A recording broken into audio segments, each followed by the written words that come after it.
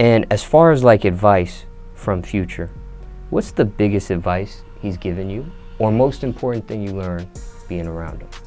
Be your boss, be your own boss. November 14th, 2025, FBI agents, DEA task force, and local police descended on a quiet rental property in Forest Park, Georgia.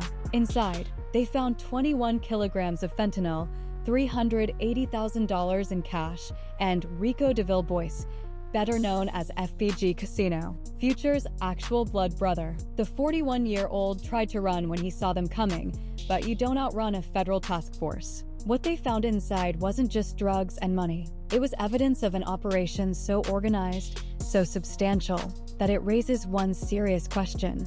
Could this reach Future himself? So let's talk about what actually happened, why it matters, and what it could mean for one of Atlanta's biggest stars. November 14th, 2025. The federal task force rolled up on rental property in Forest Park.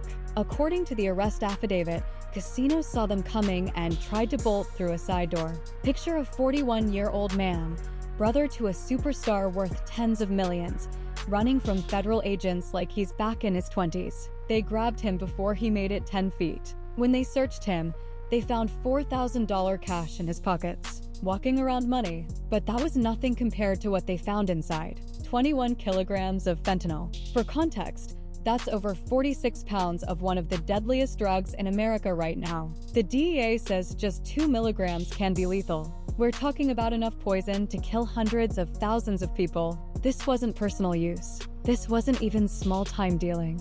This was distribution weight. Then there was the money. $380,000 in rubber-banded cash stacks, plus another $80,000 in a designer bag that allegedly belonged to Casino. They also found a money counter, a food sealer machine used for packaging, and a Glock 19. The feds described it as a sophisticated operation. Everything you need to run a major distribution network, all in one place. Casino wasn't alone. They also arrested 23-year-old David Estevan Montielo Diaz from Coachella, California. That California connection is important because once you're moving product across state lines, that's interstate commerce. And that's when the feds get really interested. Both men are facing conspiracy to possess with intent to distribute. The mandatory minimum is 10 years. The maximum is life in federal prison. Now, if you're not familiar with Casino, let me give you some background. This isn't his first time in the spotlight, and it's definitely not his first time talking about the streets. Back in 2013, Casino released a mixtape called Ex-Drug Dealer. The title alone tells you everything. He featured Future, Young Scooter, and had production from Metro Boomin and Zaytoven, all the heavy hitters from Atlanta. The whole concept was that he'd left the streets behind and was focusing on music. That part was supposed to mean something. Fast forward to 2017, and Casino's doing interviews with DJ Small's Eyes, talking about how trapping is dead. He said real trappers don't exist anymore, that people are sloppy, posting everything on social media, basically building their own cases.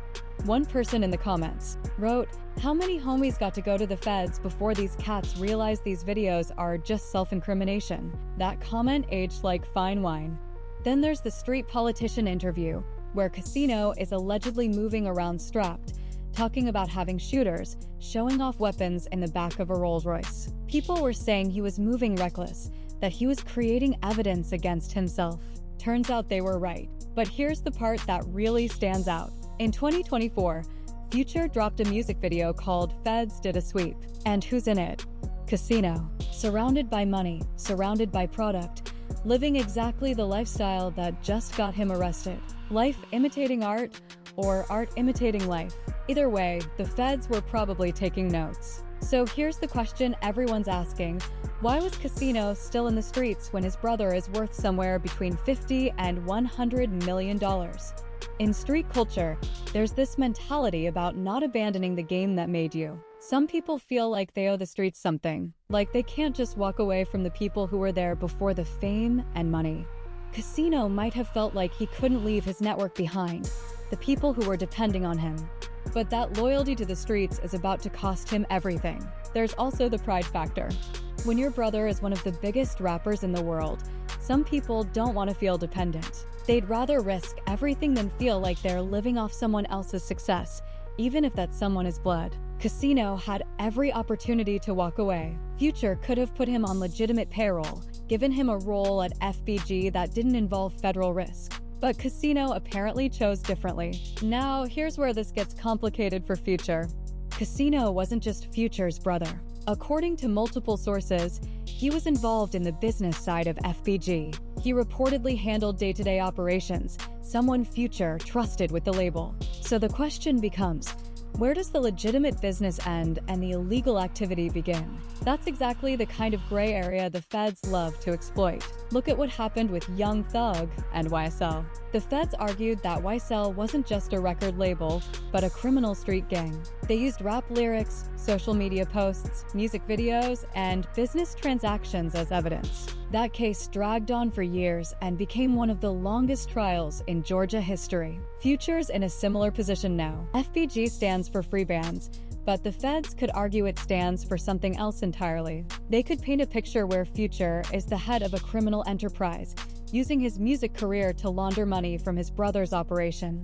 Casino just got caught with 21 kilos. The feds could theoretically argue that Future knew about his brother's activities and used the label to clean the proceeds. And Future's entire catalog doesn't help. Songs like Move That Dope, Karate Chop, his whole discography is filled with references to the trap, to moving weight, to the lifestyle his brother was allegedly living. The feds love using rap lyrics as evidence. They did it with Bobby Shmurda. They did it with Young Thug. They could absolutely do it with Future. Now, to be clear, there is no evidence that Future is under investigation. There's no indication the feds have connected him to his brother's activities. But the risk is there, and Future's lawyers are probably working overtime right now to make sure this doesn't touch him.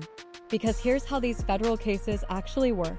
The feds don't just wake up one day and raid somebody. They build cases for months, sometimes years. They use wiretaps, surveillance, financial records, and most importantly, they flip people. Someone in Casino's circle got jammed up and started talking.